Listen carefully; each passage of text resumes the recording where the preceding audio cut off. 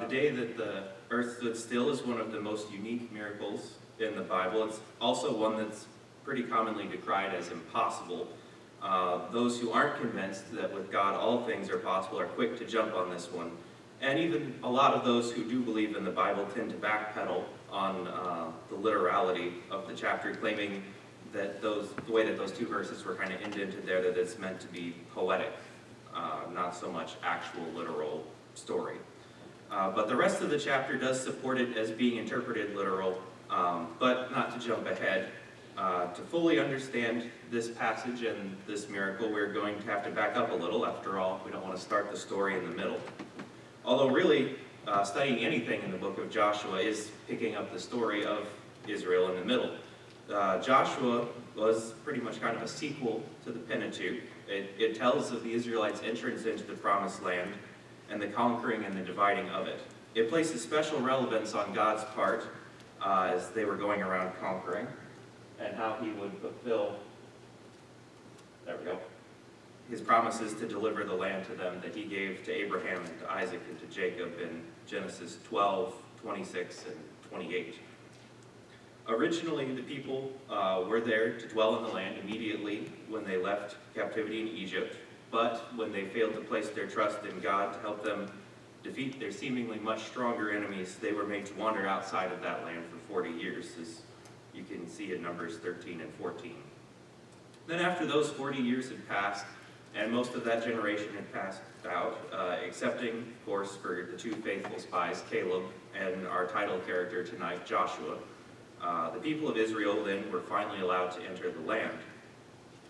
Then to bookmark this time of exile, and to show his people that God was with Joshua as much as Moses, God stopped the flowing of the river Jordan as they entered into the Promised Land. In a similar manner, and echoing back to when they left Egypt and they had to cross the Red Sea, and it was divided for them so that they could part on dry land. Once they entered into the Promised Land, the Israelites then had to fight and take the land for themselves as the Lord commanded. Instead of starting at one end or another of the land, they came in from the side at the middle in order to split it in half, starting with the seemingly impenetrable walls at Jericho. A siege that the people of the land would have expected to take months to multiple years was then completed inside of a single week. And then following quickly behind this victory was another one over Ai in Joshua chapter 8, which convinced many of the people in the land that Israel was unstoppable. And one of the nation groups in the land there believed that Israel was to be unstoppable. They chose not to engage Israel on the battlefield. Instead, they decided to bow to the old saying, if you can't beat them, join them. And they sent a representative to try to get a peace treaty out of Israel. There we go. In Joshua, starting at the beginning of chapter 9 now. And Israel did question them some, but they didn't take it to God and they didn't talk about it. They were fooled by the broken sandals, the old worn-out cloaks, and the worn-out water skin and dried food, and thinking that they were from far away. They did sign a peace treaty with them and to let them live. However, it really didn't take them very long to figure out that they'd been had. It was about 3 days, and then they came up onto their towns in verse 17. And they obviously didn't like being played the fool, just as none of us would. And so the Israelites, of course, clamored to punish the Gibeonites. But Joshua and the leaders were smart, and they held to their vow by the word of the Lord that they wouldn't kill them, and instead they were made in to be a servant people, to fetch water, to cut wood, do all those camp chores that no one in Israel really wanted to do.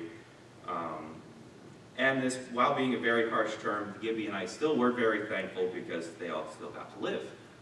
They knew otherwise that God was going to have them killed, so this beat that all pieces. And it was really upon this defection of the Gibeonites that kind of predicates the story we're studying tonight, because it was kind of the final straw that then pushed all of the southern kings to get together and be like, all right, we need to stop this and nip it in the bud now before we get picked off one by one. Yeah, because Gibeon was a mighty city, and now it couldn't be counted on to help support an alliance either. The king in Jerusalem kind of started getting all this together. His name was Adoni-Zedek. Name should sound kind of sort of familiar. It echoes a lot of previous king named Melchizedek that Abraham met. And it's theorized by many scholars that Adoni-Zedek was picking on the Zedek name to try to make himself sound better and more famous and emulate him in order to try to help get everybody together. But with Israel having invaded the land of Canaan across the middle, he really couldn't get everybody together. There we go, you can see a map. They came across the Jordan on that side over there to the right, and in Jericho's the dot all the way to the right of the purple arrow. And that's where they were at, where they had been signed their peace treaty with Gibeon. So, with Jericho, Ai, and Gibeon kind of all cutting across the middle, only the southern cities could get together to listen to Jerusalem.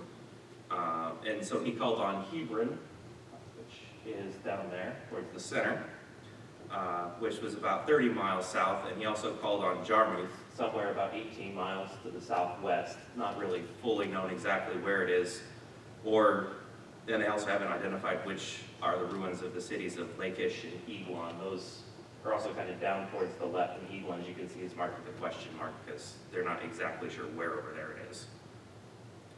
But then once all the men of these 5 cities were gathered together, they went up to the city of Gibeon to make an example out of it, to stop anybody else from going over and joining Israel and making their job even harder.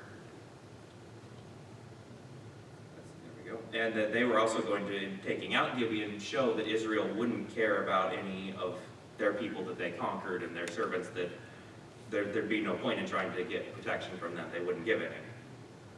And so then the Gibeonites, of course, being just their 3 towns, were unable to defeat all the 5 kingdoms' men together. And so they turned to Israel asking for their protection in verse 6. And just as we need to be unafraid to ask for help today when we're facing challenges that are insurmountable to us on our own. And now nothing at this point required Joshua to go and protect them. Their treaty was just to not kill them. There were probably a lot of people in Israel's camp who'd been grumbling about the Gibeonites. Like, good, we can finally get rid of them, then we don't have to live with them. That'll serve them right. But Joshua knew better, and he knew that God wasn't a legalist. He would want them to protect the Gibeonites, and just as he wanted the best for his people. And just as he did, we also need to do our best to help those around us who need us. Now, at least they finally had learned, after their debacle last chapter, when the Gibeonites had succored them, and they didn't go to ask God about it, they did finally think to ask God, hey, should we go help them? And God, of course, did tell them to go save them, and to go at once. And so then once they were assured of this, they didn't dilly-dally around. They didn't go back to check on their cattle. They didn't stop to polish their armor, to flesh more arrows, or sharpen their swords. They went suddenly in the night. They didn't stop. They marched straight through the night. This wasn't a short trip to the corner store. It's somewhere around about 20 miles they marched that night, at least according to the pulpit commentary that I referenced for this. Other sources say it could have been 26 or more kilometers, depending on what paths were particularly available at that time, since there were a lot of hills in the area. And to put that in perspective, other sources have Alexander the Great's army was able to move at about 13 miles per day, given the military advances by his point in time. So this all suggests a supreme effort on the Israel's part, not half-hearted or trudging or begrudging, but that they did sincerely want to go and fight and protect the Gibeonites. Or potentially even that they left behind all of their supplies in order to move fast. In a more modern comparison, some top athletes a couple years ago recently, the marathon record for running 26 miles was set at about 2 hours, but they wouldn't have been carrying any gear or armor or anything to fight a war in like the Israelites would have been that night. Or recently, Michelle, my wife, and I did a half marathon a couple months ago, which is 13.1 miles, And at the end of that, I was too tired to make it up another hill back to get the car, much less anything else, and all I'd been carrying was a few donut holes along the way. But the Israelites' army's hard work that night was worth it. They did succeed in arriving and fighting and throwing the enemies into disarray. And with God on their side, it's recorded they chased them for around about 30 more miles after striking their first great blow. So they must have covered something along the lines of about 50 miles total during that extended battle.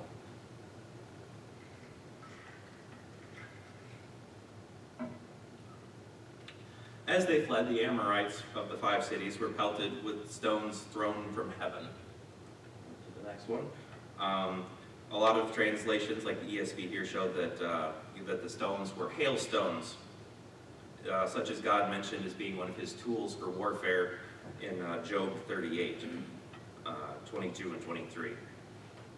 But whatever they were, the point was that they were miraculous and they were from God to help his people in their fight. As later on in verse 21, it's mentioned that no Israelites were harmed at all that day. So you know that the hail was being very selective, and if you've ever seen hail damage, hail's not selective on its own. It takes out everything. And as miraculous as the hail was, it's at this point that where we get into the real miracle that kind of started the lesson tonight, the topic. They've stayed up all night and the day before, and now they're up, and they're marching in the process of 50 miles. They've already gone 20, and they've been fighting all day. I'm sure they must be starting to get tired. I know I certainly would at that point. And I don't think many of them would have blamed Joshua if he hadn't asked God to let them keep killing them that day. They probably all have been pretty tired. They could have called it a day. They could have said, this is a great victory, gone home, gone back to their campfires, roasted sheep or whatever it is they ate after a great victory. I'm not really sure what their preference was, but Joshua was a great general, and he knew that whoever they didn't defeat today was just going to be someone else they'd have to root out and kill another day. As they say in the movies, maybe not today, maybe not tomorrow, but one day. Who knows, he may have even been remembering another battle he fought in back in Exodus 17 against the Amalekites. That one's pretty famous too. That one, Moses, as long as Moses' hands were held up in the air for them, the Israelites would continue to win. But when Moses would get tired, he had to set his arms down, the Israelites would then lose. So he had a couple of guys helping him to hold both his arms up for him while he was sitting down. And so they won until the sun set that day. The verse is pretty specific in saying. And so it kind of makes me wonder then if Joshua might have thought back to that and been like, we can keep going as long as the sun doesn't set, as long as we can see to keep seeing who to fight, you can keep going. But whether he did or not, we probably won't know. Certainly we won't know at this point, but Joshua then was motivated to ask for this unprecedented boon from the Lord. In verse 12, he asked God, the sun and the moon stop around their motion of the earth until Israel had routed their enemies. And now, up till this point in their history, the Lord has been with Israel and he's shown them many miraculous signs. There were the 10 plagues in Egypt, and in the wilderness there was the food from heaven, the water from the rocks, the pillar of fire that they would follow, the stopping of the river Jordan so that they could pass on dry land, the falling of the walls of Jericho. So why wouldn't Joshua believe that God was capable of extending the day as he did during the time of the darkness of the 9th plague, or in stopping the river of time as he did the river Jordan?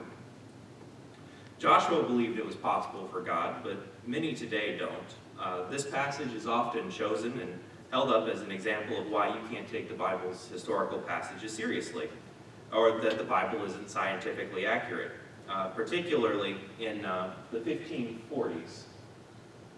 There we go. When the theory of heliocentrism was first introduced, basically that the earth goes around the sun.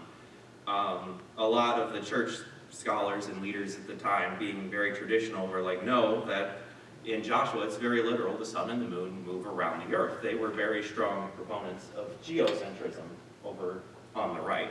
But we've learned since then that no, that we aren't the center of the universe. We are special, but we're not that special in that way. But so then kind of circles back to the question of, how are we to take this, since, Joshua technically didn't even ask for the right thing. He should have requested a stop in the motion of the earth. If, the earth isn't the center, the earth is the one moving in this case, so the earth should be the one that stops. But you have to kind of look back into the language of the time. I mean, now we know that the earth isn't the center, but we still say, oh, it's sunrise or sunset, or the sun's moving through this part of the sky. It's just how we look and kind of refer to the universe around us. There's no reason Joshua needed to be a physicist scholar at that point in order to get the ends he needed. He was able to ask for what it looked like to him, and then how the mechanics of it wouldn't necessarily have to go with what he was saying there. But as to how this might have happened, people who either don't believe in God or who just want to kind of see how God could do it have kind of put forward a few different theories for how this could have happened. In an attempt to explain it by scale, the simplest, it tends to be something along the line that they call of local light refraction. The next biggest change to the natural order of things is a wobble or a change in the rotation of the Earth on its axis, or biggest of all, a stopping of the Earth's rotation for the day. So, the first proposal, there you can see the Earth rotating around the sun. That's how we know it goes today. So the first big proposal is the local light refraction. It was also put forward probably around 1600-ish by Hugo Grotius. I'm sure I butchered his name, so I'm sorry for anyone watching this online later that knows how it's actually supposed to be pronounced.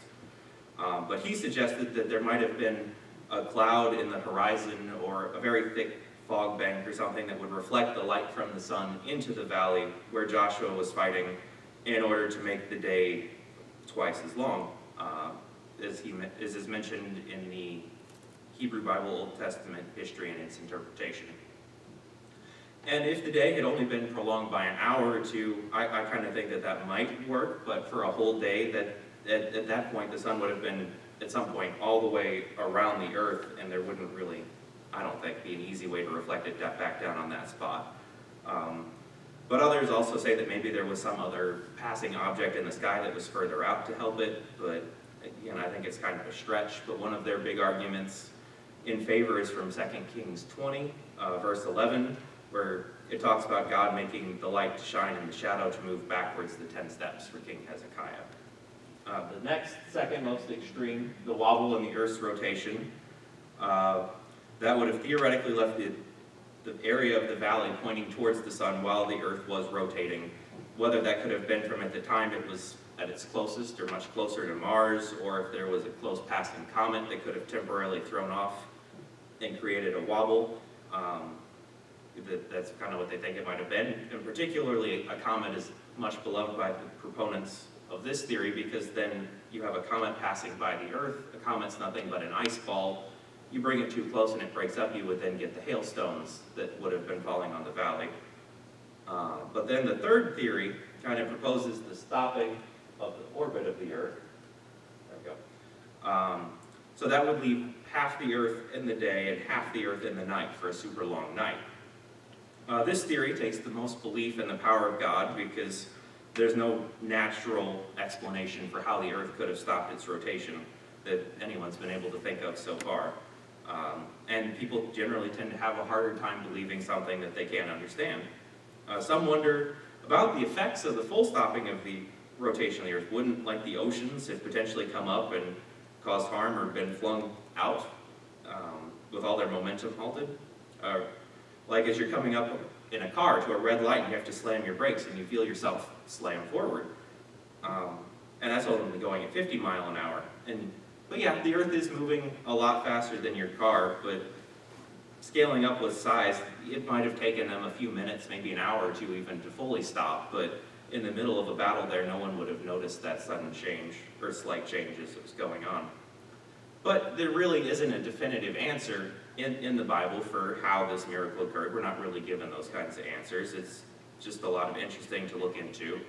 I personally didn't really like the theory of the local light refraction when I was studying, but I mean, I'm not going to stand up here tonight and tell you which one of these, or if there's not some other way that God did it, but But it is interesting, I think, before we move on, to note that particularly with the third theory, that there were a few other accounts of a long day or night in addition to the one that's in the Bible here in Joshua.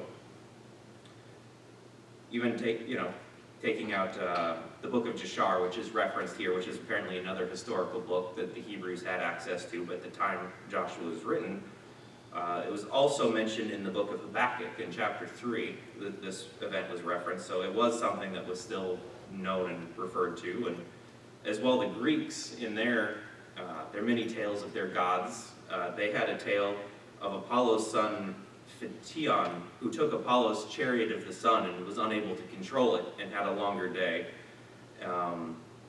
Whether or not that actually is referring to it isn't quite as assured as some of the others, but it does seem indicative of that somewhere in their culture they remembered that something like that could happen and needed to give an explanation to it. Similarly, in the famous epic, the Iliad, Agamemnon also calls for an extended day in order to fight a battle. And then other tales can also be found when you look at when half the earth is stuck on day, the other half of the earth is in the night. There are tales from New Zealand that the Maori people have in their background and their culture, where Maui slowed the sun's return, and Mexico as well. Certain tribes have in their annals of Huafatilan. Again, I'm sorry, I probably butchered that pronunciation, but they also record a super long night. So it's not something that is localized to the Hebrew people, which kind of tends to make me have more belief in it, and if something that was affecting the full earth, but I mean, again, it's not enough evidence to fully say. But however God accomplished it, Joshua did get his request. Verse 13, the sun and the moon did stop, and in verse 14, for it tells us that that day was like none other since.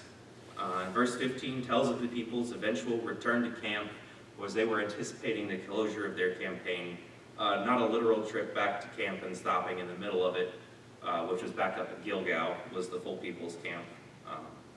But upon the conclusion of that long day, Israel went on to conquer all the southern Canaan, and not all in that one twice as long as normal day, but over the next few weeks and months. The 5 kings who formed that coalition were found hiding in a cave in Makkedah, in verse 16, and rather than stopping to root them out, they trapped them in the cave and went on to wipe out the cities, and then came back and put the kings themselves to death.